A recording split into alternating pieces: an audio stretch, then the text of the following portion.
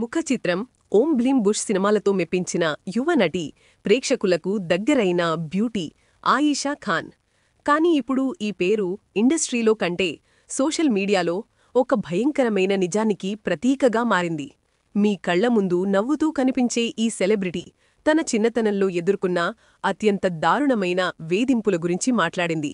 నమ్మకమే విషంగా మారిన ఆ చేదు అనుభవాన్ని వింటే మీ గుండె బరువెక్కిపోతుంది. అసలు ఏం జరిగింది?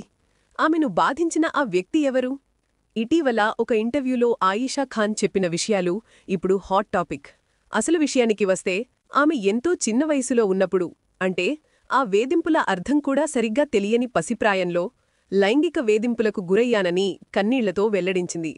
ఆ రోజు ఏం జరిగిందంటే, ఒకసారి రోడ్డుపై నడుచుకుంటూ వెళ్తున్న ఆయేషాని ఆమె నాన్నగారి స్నేహితుడు పిలిచారట. ఆ వ్యక్తిని ఆమె ఆప్యాయంగా బాబాయ్ అని పిలిచేది. ఊహించుకోండి, మనకు రక్షణగా ఉంటారు అనుకున్న వ్యక్తి.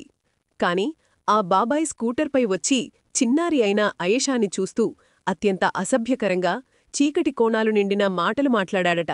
ఆ మాటలకు షాక్లో ఉండిపోయింది ఆయేషా. ఆ మాటలు అర్థం తెలియకపోయినా ఆ వ్యక్తి చూపు, ఆ స్వరం ఏదో భయంకరమైనదే అని మాత్రం ఆమె పసిమనసుకి అర్థమైంది. అతను అంతటితో ఆగలేదు.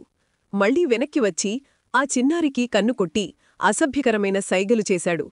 తన రక్షకుడిగా భావించిన బాబాయ్ చేసిన ఈ పనికి ఆయేషా ఖాన్ హృదయం ముక్కలైపోయింది. ఆ సైగలు అర్థమేమిటో కూడా తెలియని ఆ చిన్నారి ఏమీ చేయలేని నిస్సహాయతతో, భయంతో ఇంటికి పరిగెత్తికెళ్లి కుప్పకూలి ఏడ్చేసిందట. ఇన్నేళ్లైనా సెలబ్రిటీగా ఎదిగినా ఆ చేదు సంఘటన ఆమెను వెంటాడుతూనే ఉంది.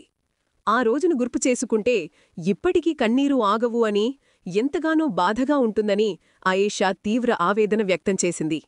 కోట్లమంది అభిమానించే ఒక సెలబ్రిటీకే చిన్నతనంలో ఇలాంటి భయంకరమైన చేదు అనుభవం ఎదురైతే సామాన్య మహిళల పరిస్థితి ఇంకెంత దారుణంగా ఉంటుందో. రక్షణగా ఉండాల్సిన మనం నమ్మే బాబాయిలాంటి వ్యక్తే ఇలా కీచకుడిగా మారడం మన సమాజంలో నెలకొన్న భద్రతా లోపాన్ని కళ్లకు కట్టినట్టు చూపిస్తోంది. ఆడపిల్లలకు ఎక్కడ రక్షణ ఉంది? ఎవరిని నమ్మాలి? ఆయిషా ఖాన్ చేసిన ఈ కామెంట్స్ ఇప్పుడు సోషల్ మీడియాలో సంచలనం సృష్టిస్తున్నాయి. ఈ విషయంపై మీ అభిప్రాయాన్ని, మీ ఆలోచనలను కింద కామెంట్ సెక్షన్లో తప్పకుండా మాతో పంచుకోండి.